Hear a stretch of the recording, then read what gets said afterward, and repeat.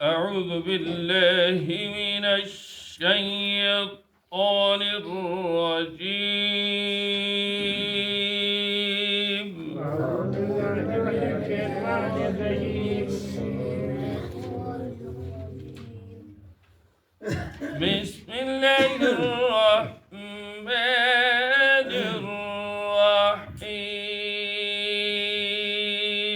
بسم الله الرحمن الرحيم. وإذا رأوا تجارة أو لهوا انفضوا إليها وتركوك انفضوا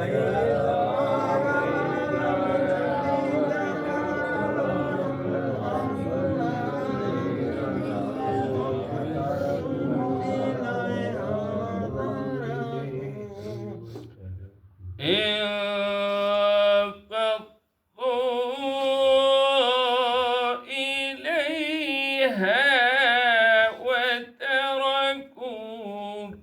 قائما.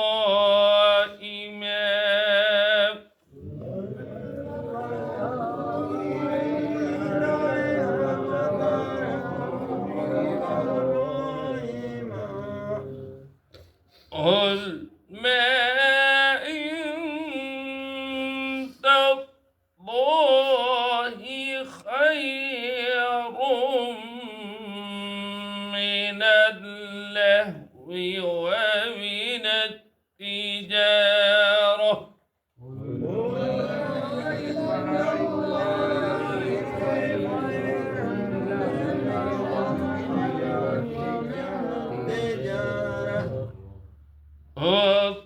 والله خير الرازقين. والله خير الرازقين.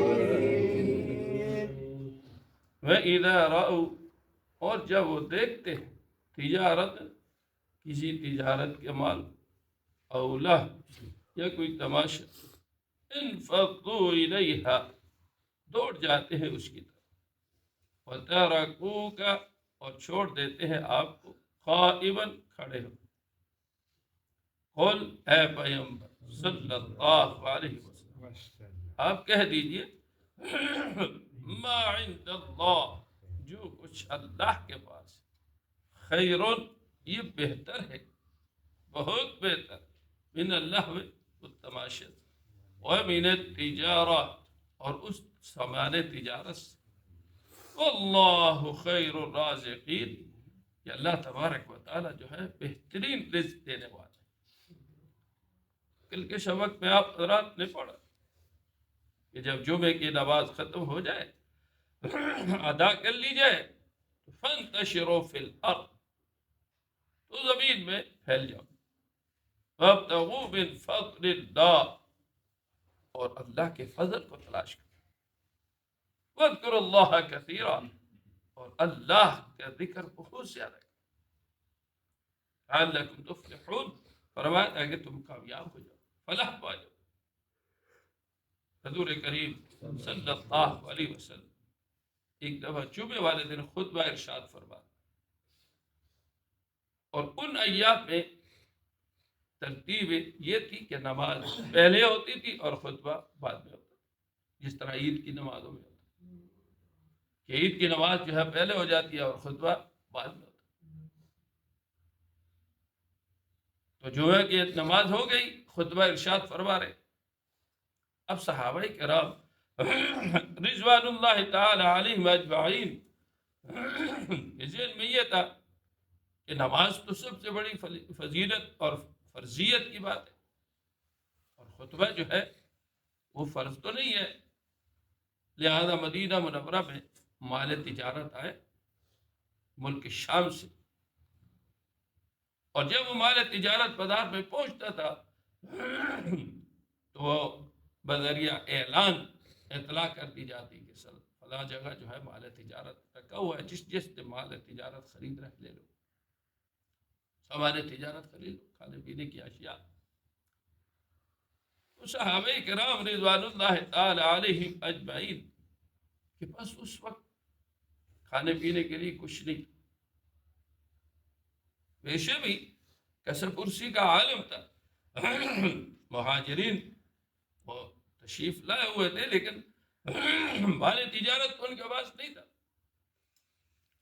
تو صحابہ کرام سے یہ لغزش ہوئی کہ حضور کریم صلی اللہ علیہ وسلم کو دوران خطبہ چھوڑ کر چلے گئے. 12 صحابہ کرام اس وقت بیٹھے رہے. باقی تمام کے تمام صحابہ کرام سامان تجارت لینے کے لیے چلے گئے. اور جو بیٹھنے والے تھے اس میں حضرت ابوبکر، حضرت عمر رضی اللہ عنہ اور دیگر صحابہ کرام موجود تھے. تو اس پر یہ آیت مبارکہ اللہ نے نازل فرمائی. اور پھر جمعے کی ترتیب بدل گئی. کیا خطبہ پہلے اور نماز بعد.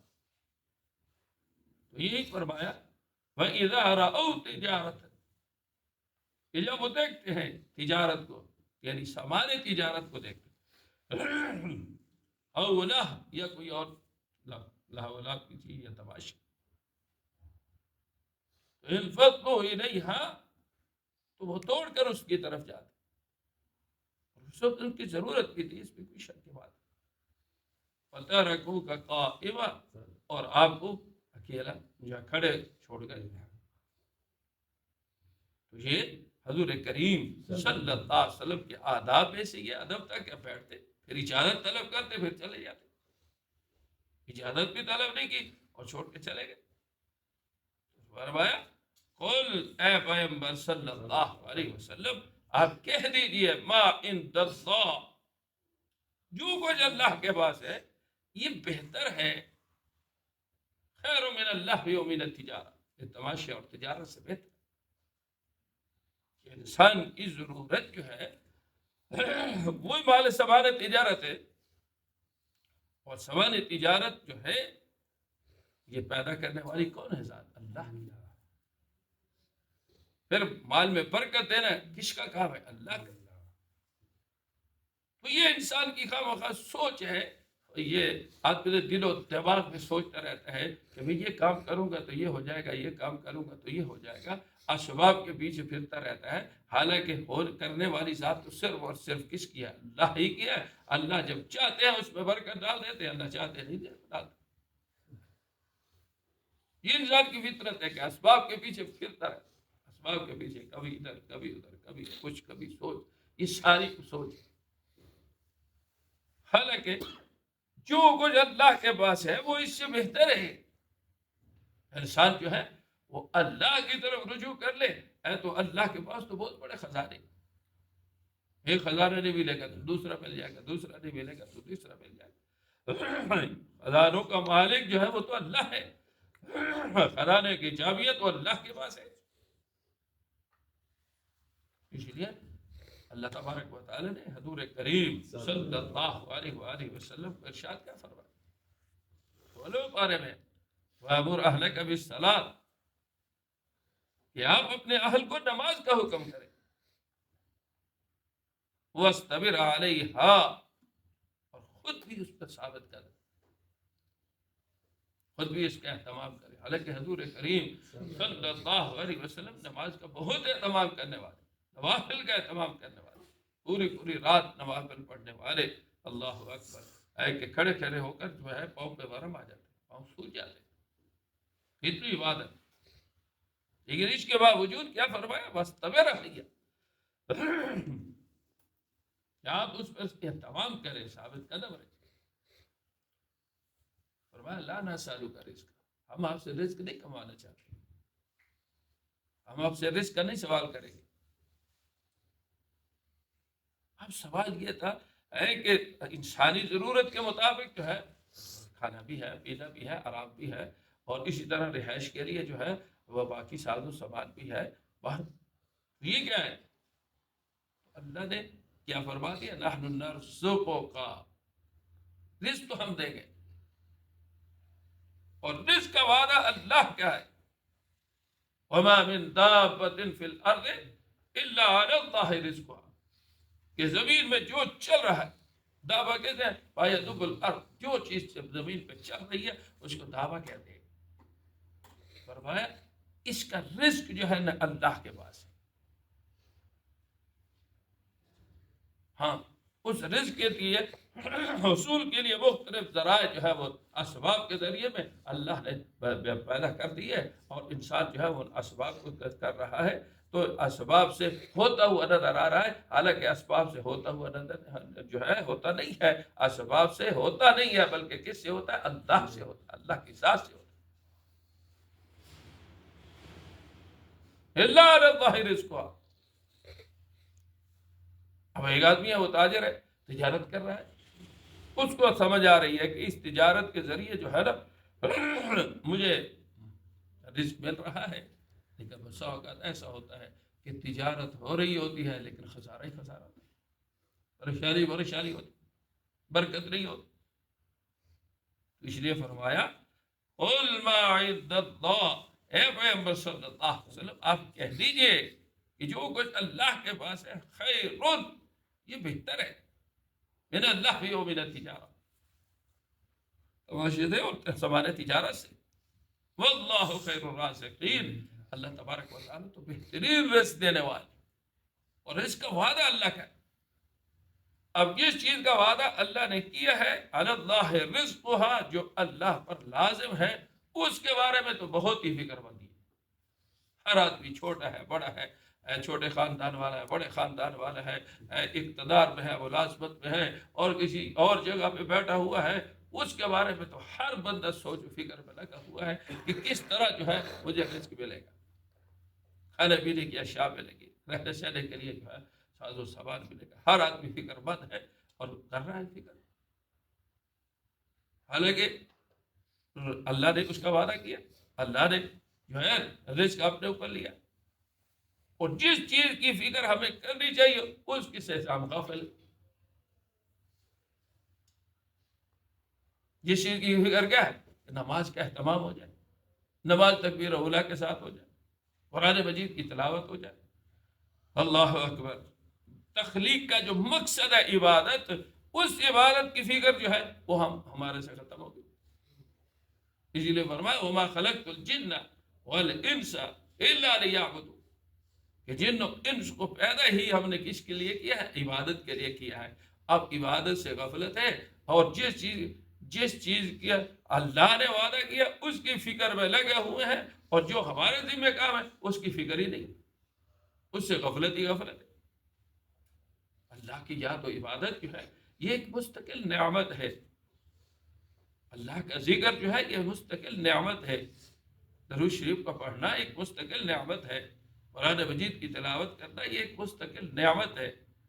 اللہ کے جو عبادت میں نوافل پڑھنا، اشراق پڑھنا، وافین پڑھنا، چاش کی نماز پڑھنا، اور اس پر اللہ نے انعامات مقرر کیے ہیں کہ فلاں آدمی جو ہے وہ اگر اشراق کا اہتمام کر لے، فرمایا ہے کہ ایک مقبول حج اور عمرے کا اس کو ثواب ملتا. فرمایا جو آدمی چاش کی نماز کا اہتمام کر لے، اللہ اس کو روزی رزق سے بے غم کر دیتے ہیں، بغیر جو ہے بغیر راحت بغیر مشقت کے اللہ اس کے لیے روزی کے جو ہے اہتمام کر دیتے. تو عبادت پر جس عبادت کی ہمیں فکر کرنی چاہیے تھی اس سے ہم غافل ہو گئے، اور جس چیز کی فکر نہیں کرنی چاہیے تھی اس کی فکر میں لگے رہے، اور اسی کی فکر میں جو ہے اللہ کی یاد و عبادت سے غافل ہو گئے. اسی لیے فرمایا قل ما عند اللہ، جو کچھ اللہ کے پاس ہے خیر من اللہو ومن التجارہ واللہ خیر الرازقین، اور اللہ تبارک و تعالی جو ہے بہترین رزق دینے والے ہیں. جو آدمی بھی اس کا مراقبہ کر لے، اس کا استدار کر لے کہ رزق دینے والی ذات صرف اور صرف اللہ کی ہے، اس کی روزی میں برکت آنا شروع ہو جائے. الحمدللہ رب العالمین، الصلاۃ وعلى آله وصحبه اللهم صل على آل سيدنا ومولانا محمد عبدك ورسولك وصل على المؤمنين والمؤمنات والمسلمين اللهم اللهم إنا نسألك الهدى والعفاف. اللهم إنا نسألك العافية والمعافاة الدائمة في الدنيا والآخرة. توفنا مسلما. اللهم إنا نعوذ بك من الهم والحزن، ونعوذ بك من الجبن والكسل والبطر الدين وقهر الرجال. اللهم لا تسلط علينا من لا يرحمنا. صلى الله تعالى على النبي الكريم وعلى آله وصحبه أجمعين.